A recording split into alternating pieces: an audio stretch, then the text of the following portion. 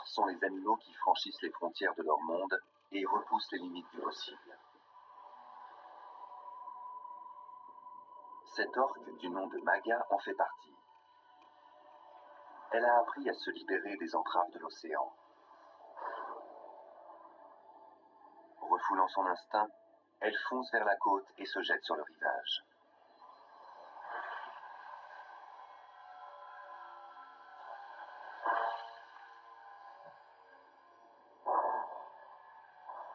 La technique de chasse de Maga ne conditionne pas seulement sa propre survie.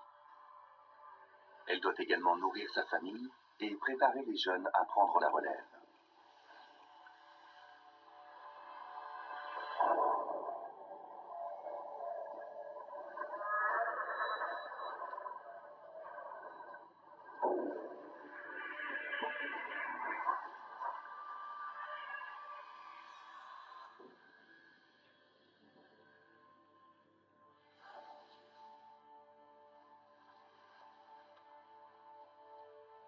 Surnommée baleine tueuse, l'orque est le plus grand prédateur marin.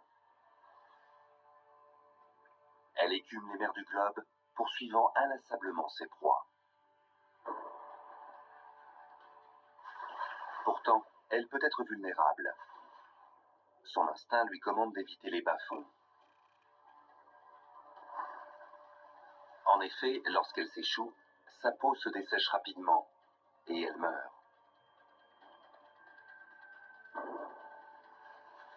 Sur les 50 000 orques peuplant les océans, quelques-unes défient toutefois la nature.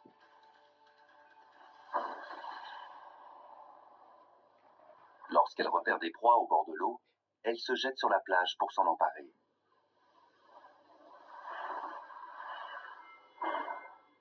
Les chercheurs les étudient depuis 30 ans et leur ont donné des noms. Voici Maga, la trentaine, dans la fleur de l'âge. 5 autres membres de sa famille. Et enfin Mel, chasseur émérite.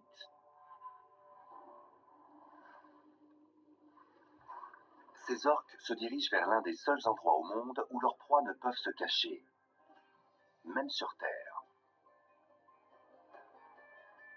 La péninsule de Valdés, dans la province de Chubut, en Argentine.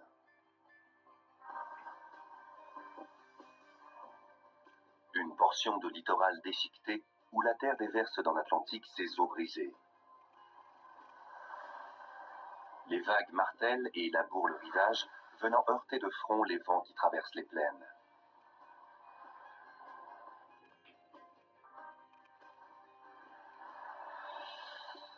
La vie est aussi sauvage et belle que la terre elle-même. Occupant chaque espace, jusqu'aux falaises les plus escarpées, les animaux doivent lutter contre les éléments et contre les leurs. Ici, il n'y a pas de pitié pour les faibles.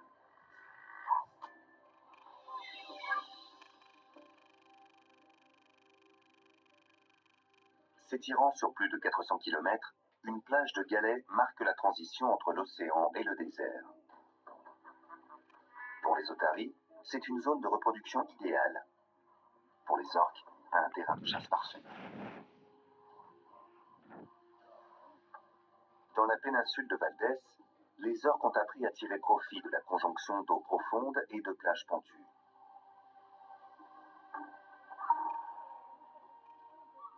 Un récif rocheux longe la côte sur presque toute sa longueur.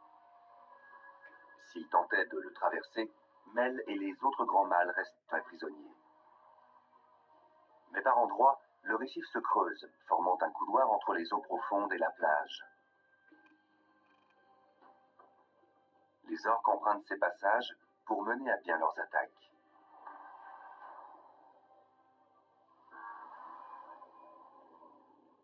À marée haute, Mel et Maga peuvent ainsi accéder au rivage sans s'échouer.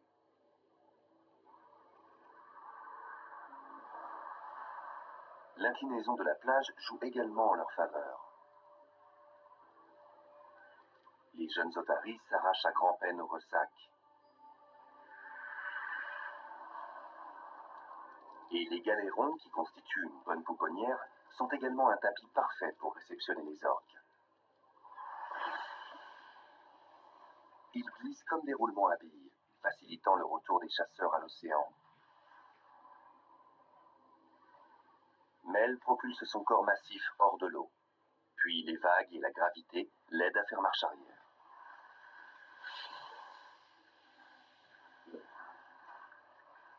La maîtrise de cette technique nécessite des années d'entraînement. La manœuvre est si dangereuse que moins de la moitié des membres du groupe tentent leur chance.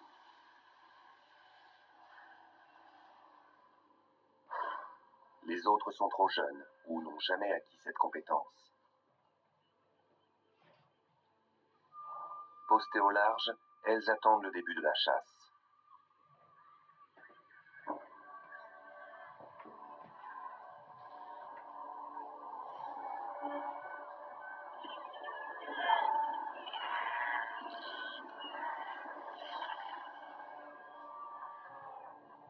En décembre, les otaries émergent dans la péninsule de Valdés. 2 jours après son arrivée, une femelle met bas. Le petit débute sa vie dans l'ignorance la plus totale des dangers à venir.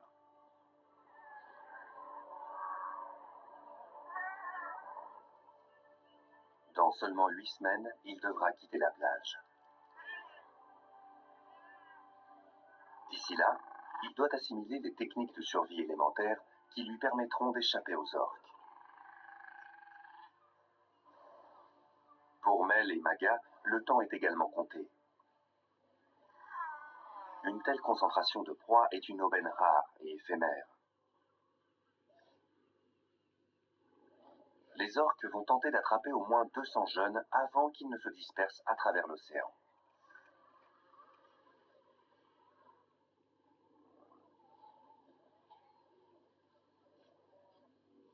Six jours seulement après avoir mis bas, la femelle est prête à s'accoupler de nouveau, et les mâles sont là pour ça.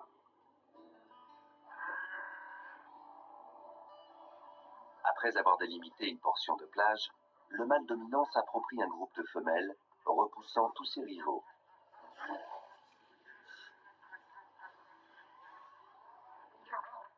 Son harem peut comporter jusqu'à 18 femelles, et il s'accouple avec chacune d'elles.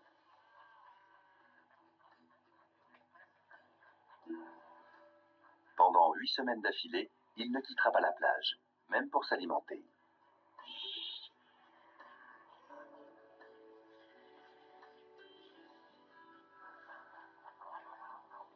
Les premiers jours, le petit se tient blotti contre sa mère. Dans 2 mois, son poids aura triplé pour atteindre 45 kilos. Il restera près d'1 an dans le giron maternel, le temps d'apprendre à pêcher et à éviter les prédateurs.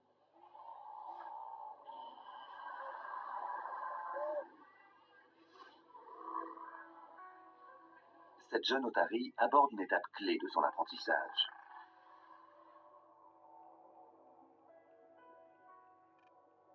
Au large, Maga, Mel et leurs compagnes attendent le moment propice.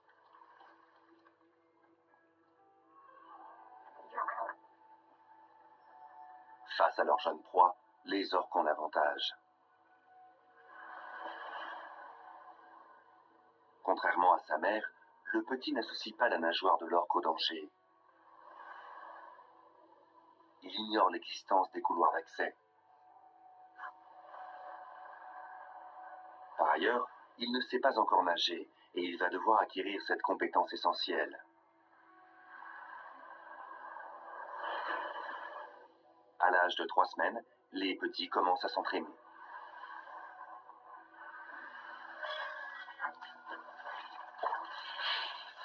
Et si cette jeune otarie est inconsciente du danger, sa mère veille.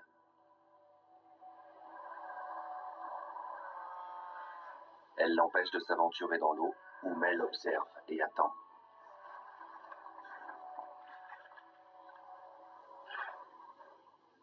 Têtu, le petit se bat pour rejoindre l'océan. Mais sa mère est tout aussi déterminée. Tant qu'il n'aura pas appris à se défendre seul, elle fera tout son possible pour le protéger.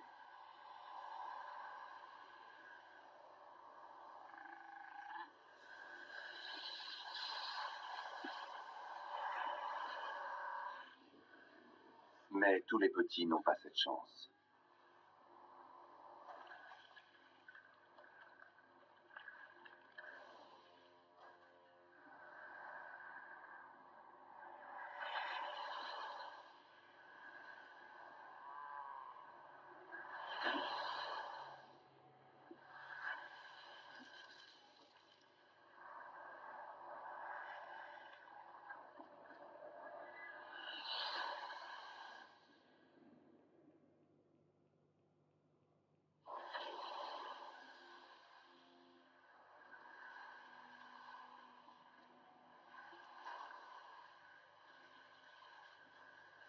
La mère assiste impuissante à la scène.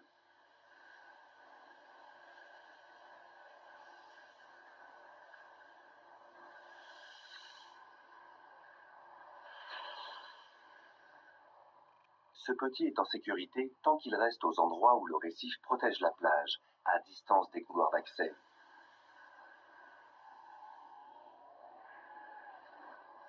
Les malchanceux offrent une triste leçon à leurs camarades.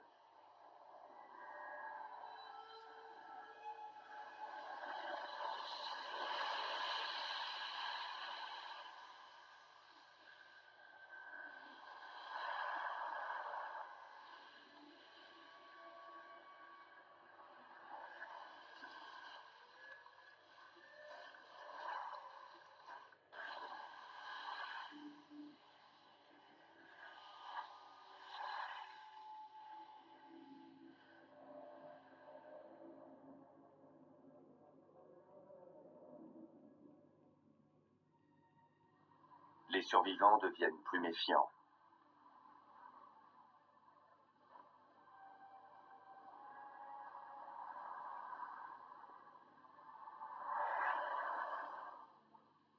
Mel et Maga peuvent attraper jusqu'à 16 jeunes otaries par jour.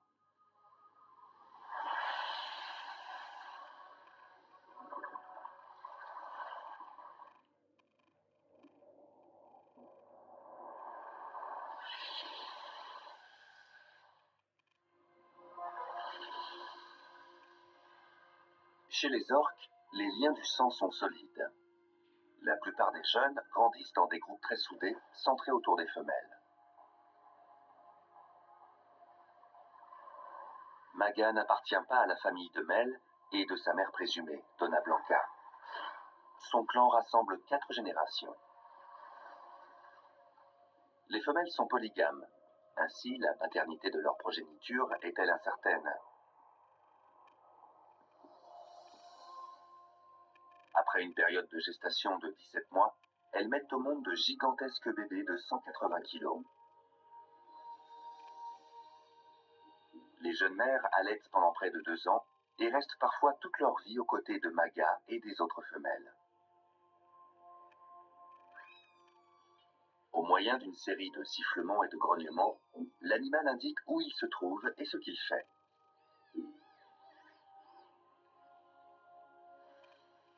Chaque groupe a son propre répertoire de cris, une sorte de dialecte que les aînés transmettent aux jeunes en phase d'apprentissage.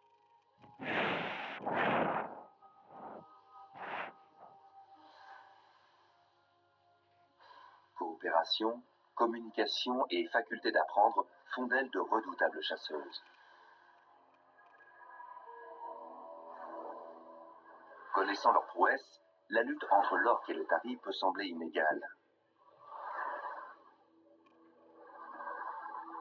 L'orque est le membre le plus imposant de la famille des dauphins, et les mâles adultes, comme Mel, peuvent peser 6 tonnes et mesurer 6 mètres. Mais derrière ses yeux tristes se cache un formidable adversaire.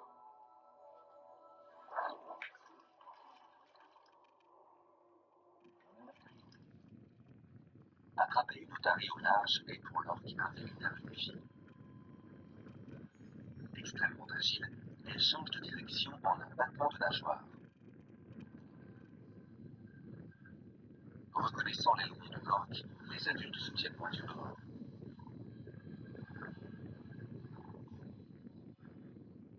À elle seule, l'orque doit manger de 130 à 180 kg de nourriture par jour, soit au moins 3 jeunes otaries.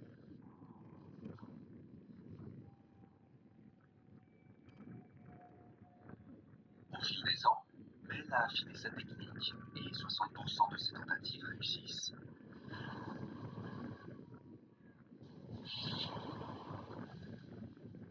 Mais à chaque attaque, les jeunes otaries deviennent un peu plus rusés et difficiles à capturer.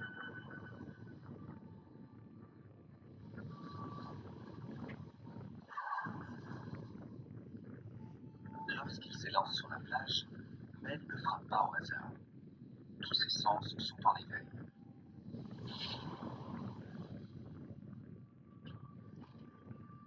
L'orque a de bons yeux, au moins aussi performants que ceux de l'otarie, à la fois sous l'eau et hors de l'eau.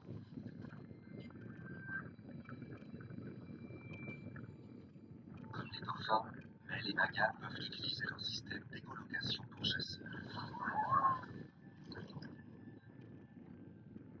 Mais les otaries peuvent avoir appris à identifier les clics caractéristiques du sonar.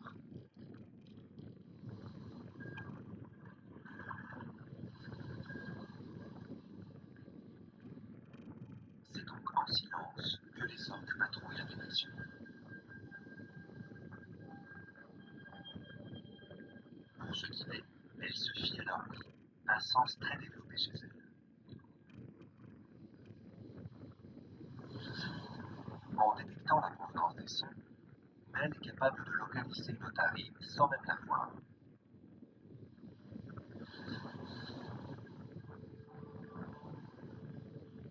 Toutefois, les conditions doivent être favorables.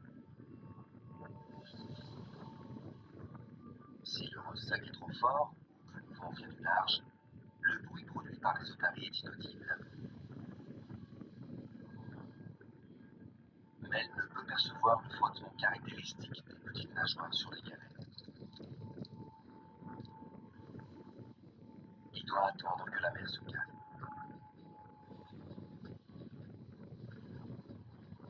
L'échouage n'est que l'une des techniques de chasse déployées par les orques. À leur menu figurent plus d'une centaine d'espèces. En pleine mer, elles peuvent charger à 48 km/h, poursuivant les proies les plus rapides.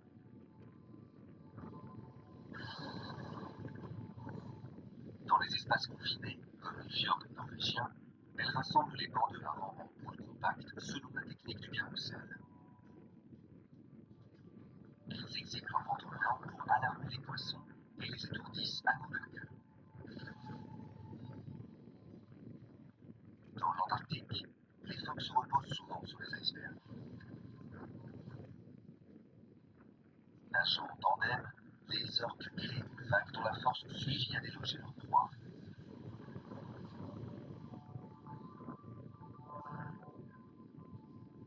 Lorsqu'elles chassent en groupe, elles maîtrisent même des animaux de la taille des baleines grises. Séparant le petit de sa mère, elles le maintiennent sous l'eau à tour de rôle, jusqu'à ce qu'il s'affaiblisse et se noie.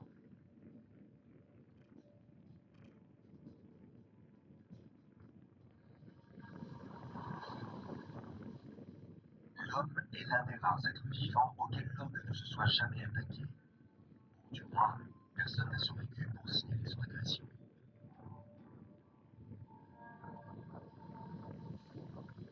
Lorsque le temps ne permet pas d'attaquer sur les plages de la péninsule, Mel et Maga attendent que les otaries viennent à eux.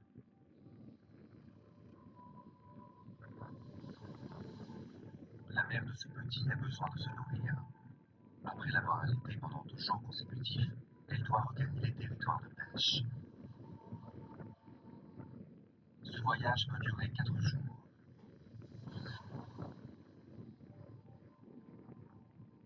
Pour atteindre le large, elle va devoir affronter un commando aguerri.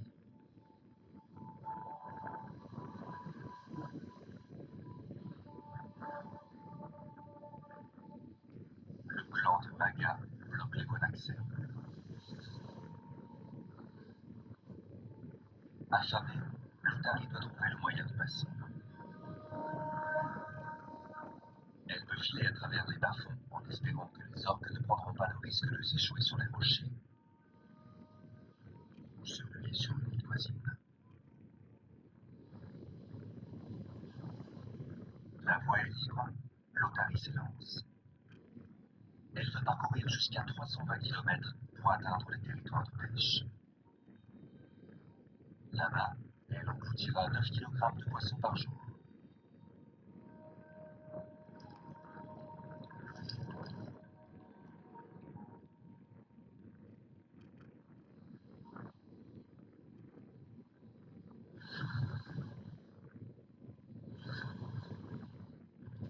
Livré à lui-même, le petit rejoint un groupe de jeunes. À leur côté, il explore le monde en jouant.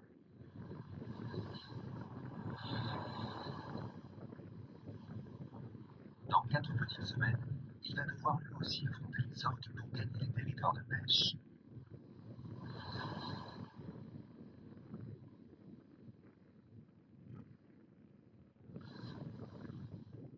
L'un de ses camarades de jeu se dandine le long de l'océan, produisant un son caractéristique.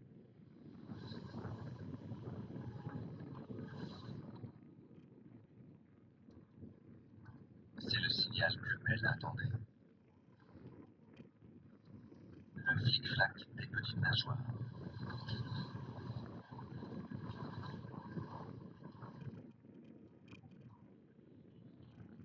La jeune otarie doit s'entraîner à nager, mais elle apprend également à surveiller les orques.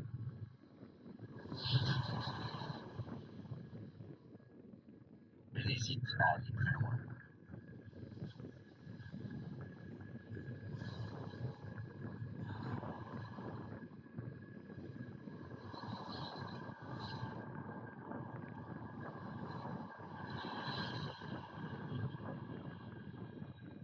Mais elle a raté son homme. Mais l'expérience lui a appris la patience. Il écoute et anticipe la fuite de la petite otarie.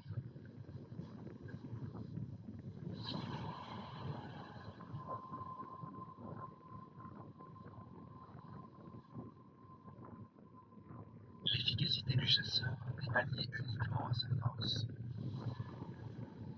Elle repose également sur sa connaissance des plages.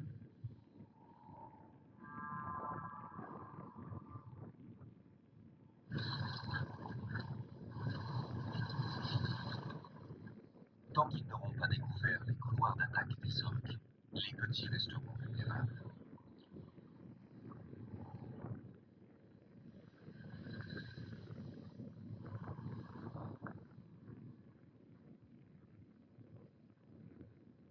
Au fil des jours, leur prudence s'est accrue.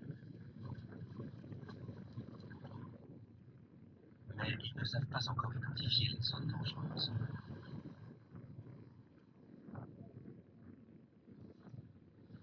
Pour les orques, la marée haute est une période propice.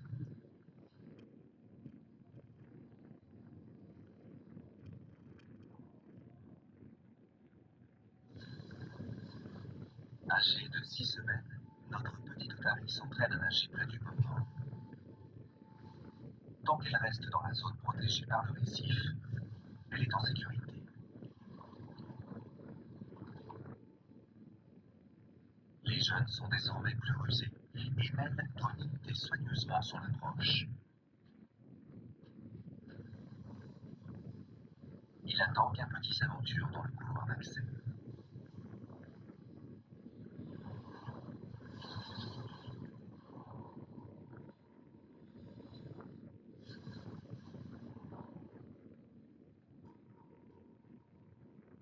Approchant à environ 14 km/h, il se propulse vigoureusement, accélère au bon moment et freine à la toute dernière seconde.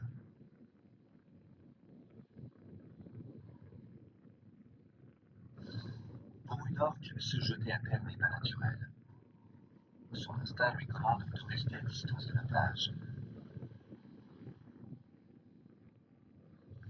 Cette stratégie est transmise d'un animal à l'autre.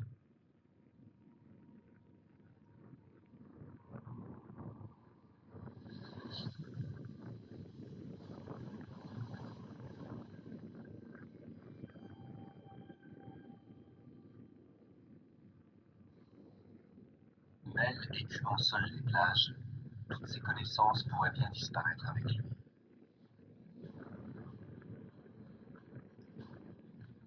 Mais les 13 membres du groupe de Maga chassent collectivement. Les jeunes apprennent aux côtés des aînés.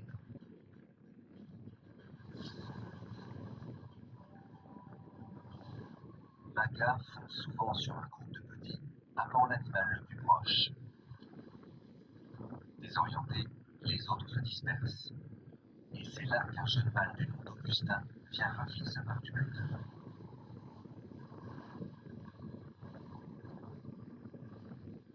Lorsque Maga rate son coup, un membre de son groupe vient en renfort.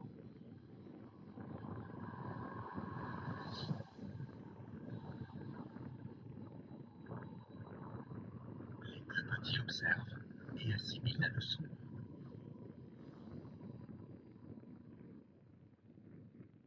Maga ramène alors une otarie vivante aux jeunes orques. Chacune à leur tour, elles la pourchassent et l'attrapent, apprenant comment manipuler les proies vivantes. Elles acquièrent ainsi une expérience importante, mais elles doivent encore apprendre la technique de l'échouage.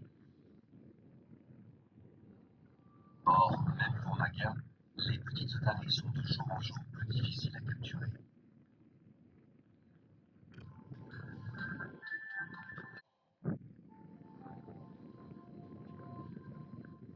Âgée de 2 mois, notre jeune otarie est devenue une bonne nageuse. Elle a compris que l'aileron était synonyme de danger. Et elle commence à retenir une autre leçon essentielle. Avec ses camarades, elle nage le long de la côte jusqu'à la zone dangereuse.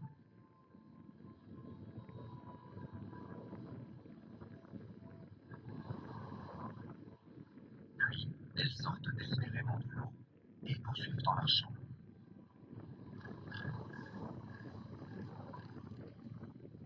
Elles connaissent désormais les endroits accessibles et inaccessibles aux orques.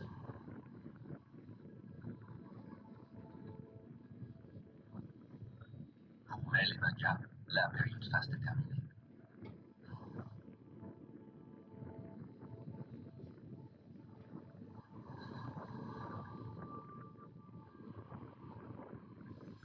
La chasse a été bonne. Ils ont englouti plus de 200 petits. Mais l'heure est venue pour les jeunes otaries de quitter la péninsule de Valdes.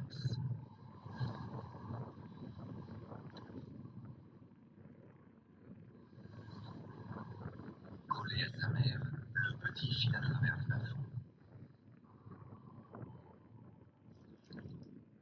Tous deux dépassent les orques et gagnent les territoires de pêche. Dans 4 ou 5 ans, la jeune otarie reviendra dans la péninsule pour s'accoupler et mettre au monde ses propres petits. La survie de la génération suivante dépendra des connaissances qu'elle aura pu acquérir.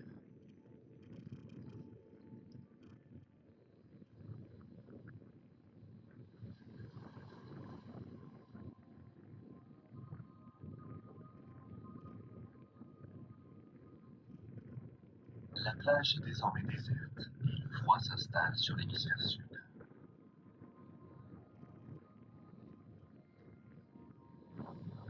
Mel et Donamanga partent pêcher et chasser au large. Quant à Maga et son groupe, ils reviendront dans 6 mois. À cette période, ils conduiront les jeunes vers une plage parfaite pour apprendre la technique de l'échouage. Mais cette fois, les proies seront bien plus grosses et leur capture bien plus délicate.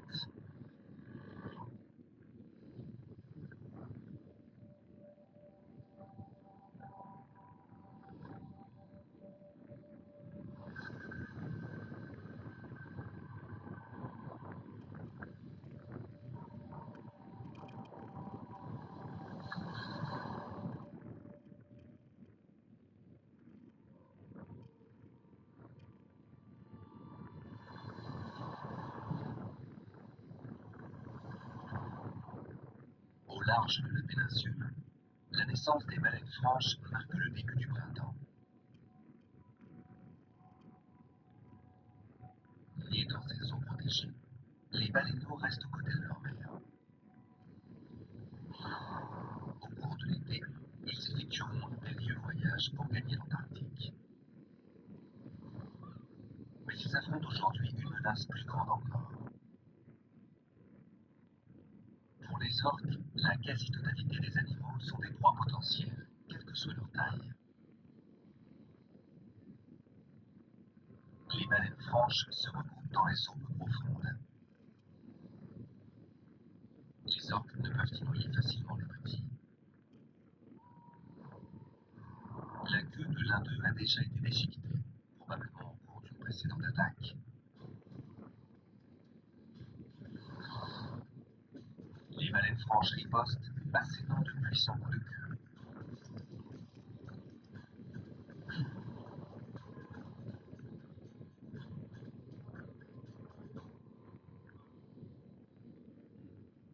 Incapables de séparer le petit de sa mère, les orques se tournent vers une autre proie.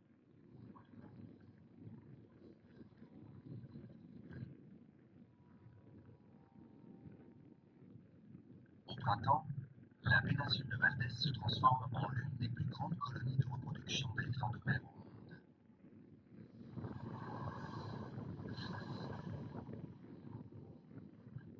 Les plages en accueillent près de 55 000. Comparés aux otaries, ces animaux sont de véritables mastodontes. Comptant parmi les plus grands phoques, les mâles atteignent près de 5 mètres et pèsent 4 tonnes, soit presque autant que les orques femelles.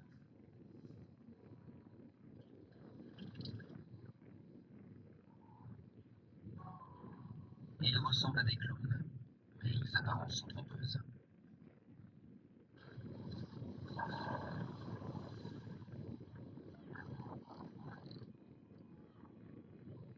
L'éléphant de mer doit son nom aux narines en forme de trompe observées chez le mâle. Cet appendice lui sert à amplifier les rugissements destinés à ses adversaires. Ses cris de menace s'entendent ainsi à plus d'1 kilomètre de distance. Malgré sa masse imposante, il peut traverser la plage à près de 16 km/h, plus vite que la plupart des humains.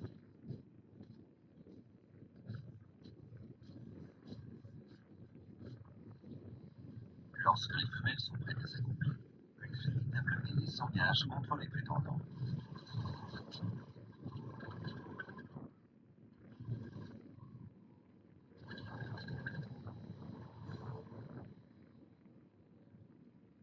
Se jetant les uns contre les autres, ils se frappent jusqu'au sang.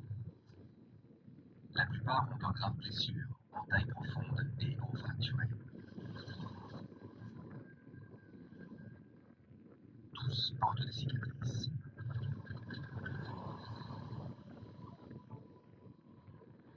Les femelles font 2 tonnes et 2 mètres de moins que les mâles. On croirait presque voir 2 espèces différentes.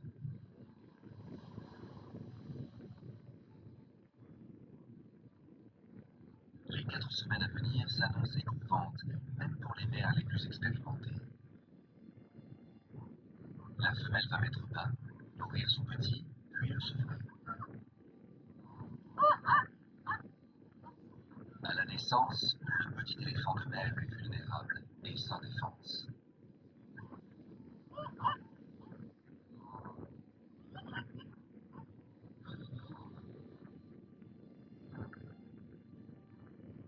Il est né sur une portion de plage bordant la passe d'un lagon de 30 km. Les éléphants de mer y sont à l'abri des vents forts et des vagues.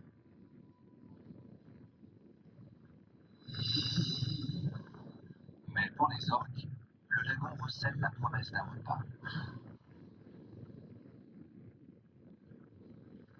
Bagar et son groupe viennent rôder tout près des côtes pour inspecter la plage.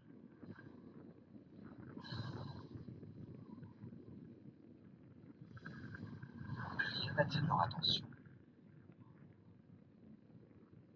Les phoques sont trop loin du bord. Qu'à cela ne tienne.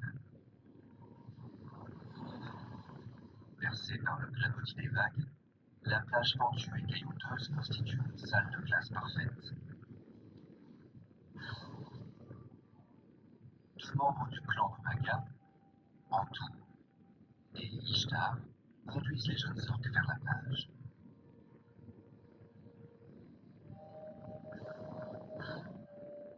Valentin, qui continue d'apprendre la technique de l'échouage, sait combien cette stratégie peut être dangereuse. Plus jeune, il a frôlé la mort en restant prisonnier d'un récif.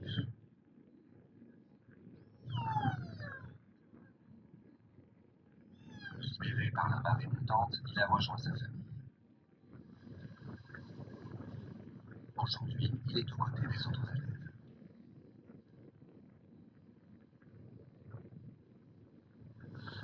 Antou fait une démonstration. Elle aborde cette affaire sérieuse par le biais du jeu. Pour les jeunes, le plus difficile est de surmonter leur instinct.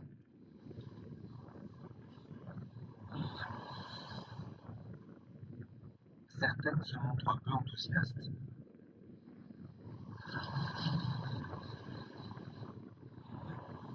Jana, l'une des plus jeunes membres du groupe, tente de regagner le large.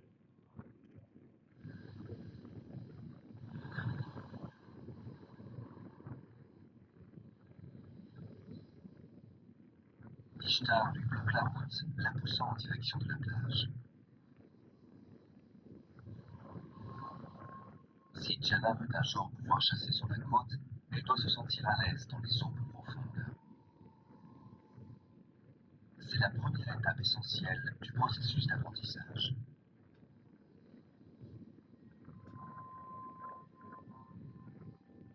Une fois la leçon comprise, Ishtar la laisse partir.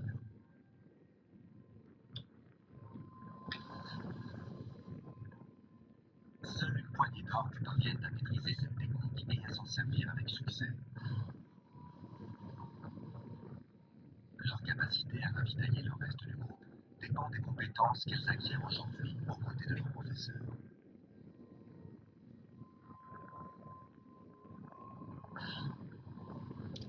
À la fin de la leçon, elles attrapent une vague, faisant des saucotières leur terrain de jeu.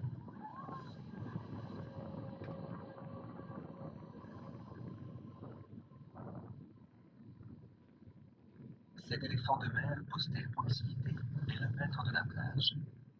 Mais dans l'eau, il n'est qu'un vulgaire bout de viande.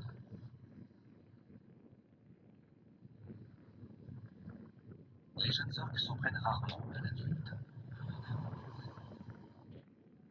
Mais malgré ses 4 tonnes, le baigneur préfère ne pas risquer d'être l'exception.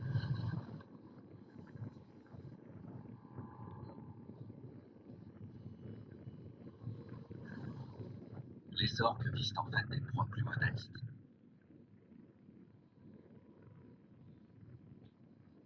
Des dizaines de milliers de jeunes éléphants de mer s'apprêtent à vivre un grand changement.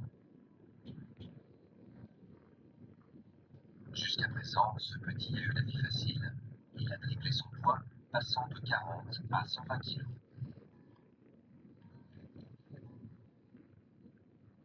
Il est devenu si gras qu'il flotterait comme un cochon s'il devait nager.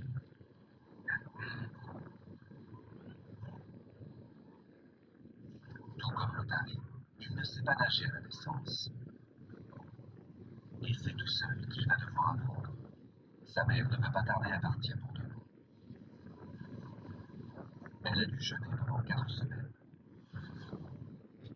Perdant près de 8 kilos par jour, elle est passée de 680 à moins de 450 kilos.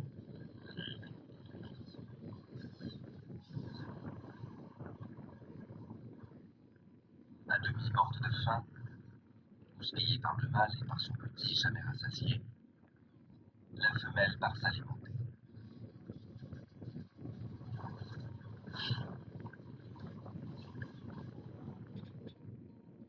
Les éléphants de mer voyagent et chassent en solitaire. La mère et son petit ne se reverront peut-être jamais.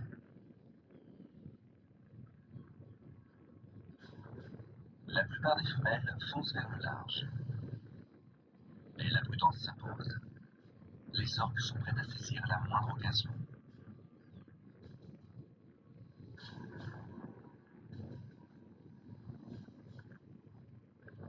Livré à lui-même, le petit va devoir affronter seul le plus grand prédateur des mers.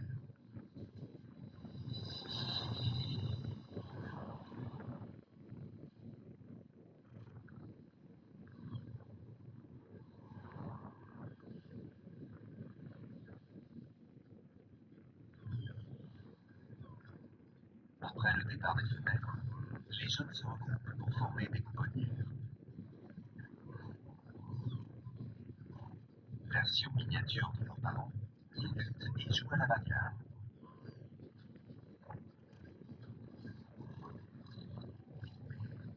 Au cours des 6 prochaines semaines, leur graisse va se transformer en muscles et en une épaisse couche isolante. À marée basse, un petit se baigne et s'entraîne à nager. Il est constamment observé. Maga ne ferme jamais l'œil. Le cerveau de l'orque est divisé en 2 hémisphères. Pour se reposer, Maga met l'un d'eux en veille, tandis que l'autre reste actif. À marée montante, elle sera prête.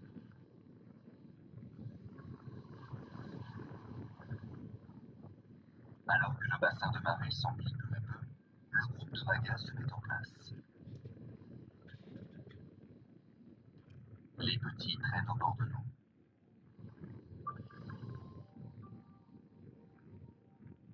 Maga glisse lentement dans leur direction, guidé par le bruit caractéristique des nageoires.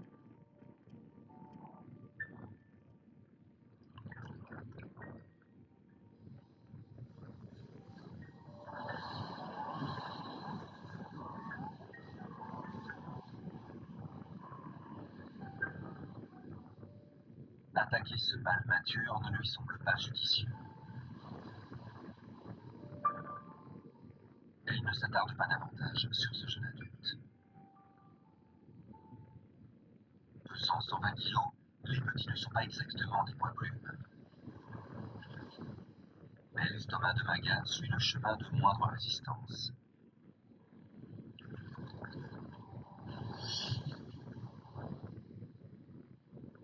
Quelques petits centimètres séparent la vie de la mort.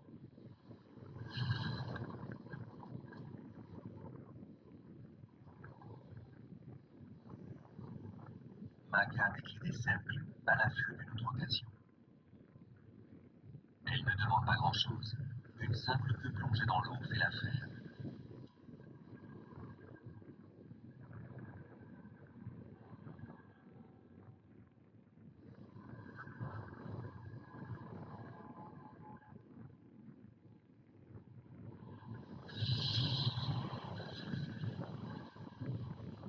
Voici filmé pour la toute première fois la capture par un orque d'un jeune éléphant de mer de la péninsule de Valdès.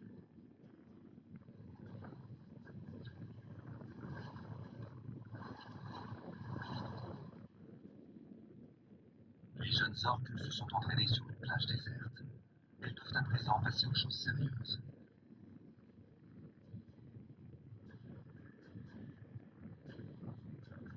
Les apprentis restent dans le sillage de Maga, tandis qu'elles s'approchent de la plage.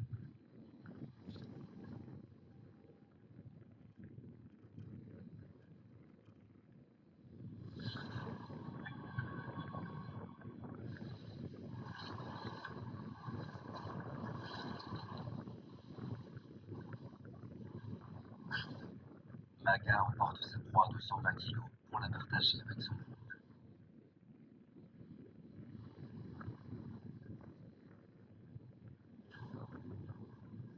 Chaque jour, elle attrape jusqu'à 3 petits. À chaque attaque, les jeunes orques se familiarisent davantage avec les techniques qu'elles vont devoir maîtriser.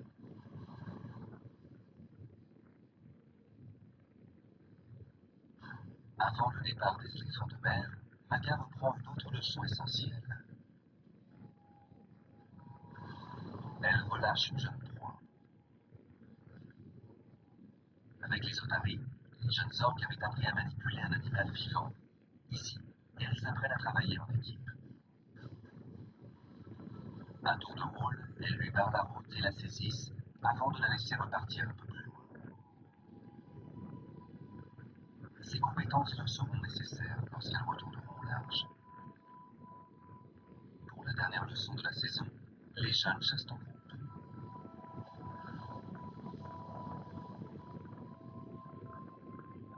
Pour ces orques, la survie passe par la coopération.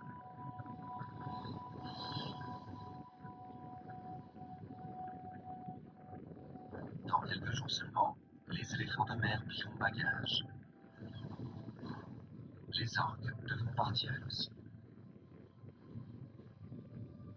Mais elles auront accompli une tâche importante, enseigner à la génération suivante les compétences qui lui permettront de nourrir le groupe. L'année prochaine, à leur retour, les rôles commenceront à s'inverser. Peut-être les élèves subviendront-elles alors aux besoins de nos professeurs. Bientôt, elles élèveront une nouvelle génération et transmettront à leur tour les précieuses connaissances acquises auprès de leurs aînés.